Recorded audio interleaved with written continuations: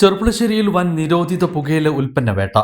രഹസ്യവിവരത്തിന്റെ അടിസ്ഥാനത്തിൽ ചെർപ്പുളശ്ശേരി പോലീസ് നടത്തിയ പരിശോധനയിൽ ലക്ഷങ്ങൾ വില വരുന്ന 10,000-ലധികം പാക്കറ്റ് പുകയില ഉൽപ്പന്നങ്ങളുമായി യുവാവ് പിടിയിലായി. കുലിക്കല്ലൂർ മുളയങ്കാവ് സ്വദേശി സൽമാനുൽ ഫാരിസാണ് പോലീസിന്റെ പിടിയിലായത്.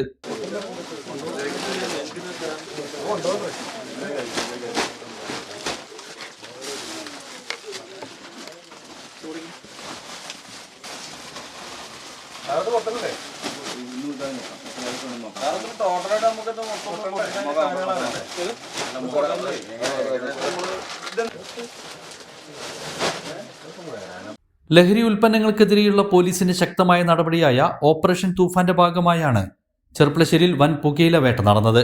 നെല്ലായ മാമ്പറ്റപ്പറമ്പ് എന്ന സ്ഥലത്ത് സ്വകാര്യ വ്യക്തിയുടെ ഉടമസ്ഥതയിലുള്ള ആളൊഴിഞ്ഞ വീട്ടിൽ നിരോധിത പുകയില ഉൽപ്പന്നങ്ങൾ സൂക്ഷിച്ചിട്ടുണ്ടെന്ന രഹസ്യ വിവരത്തെ തുടർന്നായിരുന്നു പോലീസ് പരിശോധന. ചെർപ്പുളശ്ശേരി സബ് ഇൻസ്പെക്ടർ ബിൻഷാദ് അലിയുടെ നേതൃത്വത്തിലുള്ള സംഘം ഇന്നലെ രാത്രി 11:45 സ്ഥലത്തെത്തി റെയ്ഡ് നടത്തിയത്. വീടിന് മുൻവശത്ത് സ്കൂട്ടറിൽ പുകയില ഉൽപ്പന്നങ്ങൾ നിറച്ച 2 ചാക്കുകളുമായി ഇരിക്കുകയായിരുന്ന കുലിക്കല്ലൂർ മുളയങ്കാവ് സ്വദേശി 25-കാരനായ സൽമാനുൽ ഫാരിസിനെ പോലീസ് സംഘം കൈയോടെ പിടികൂടുകയായിരുന്നു. തുടർന്ന് വീടിനകത്ത് നടത്തിയ വിശദമായ പരിശോധനയിൽ റൂമിൽ ഒളിപ്പിച്ചു വെച്ച നിലയിൽ പുകയില ഉൽപ്പന്നങ്ങൾ നിറഞ്ഞ 8 ചാക്കുകൾ കൂടി കണ്ടെടുത്തു.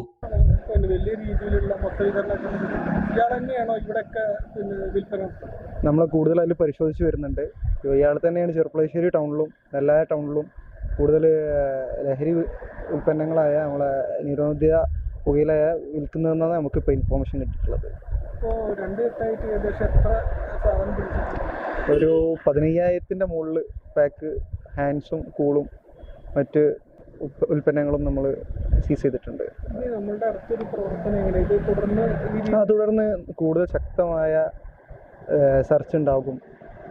ആർക്കൊക്കെ വിളിച്ചിട്ടുണ്ട്, ഇയാളെ ബാങ്ക് ട്രാൻസാക്ഷൻ നോക്കും, ആർക്കൊക്കെ കച്ചവടം ചെയ്തിട്ടുണ്ട്, ഇവരെ തുടർന്ന് നമ്മൾ അവിടെയൊക്കെ പരിശോധനകൾ നടത്തി വരുന്നതാണ്.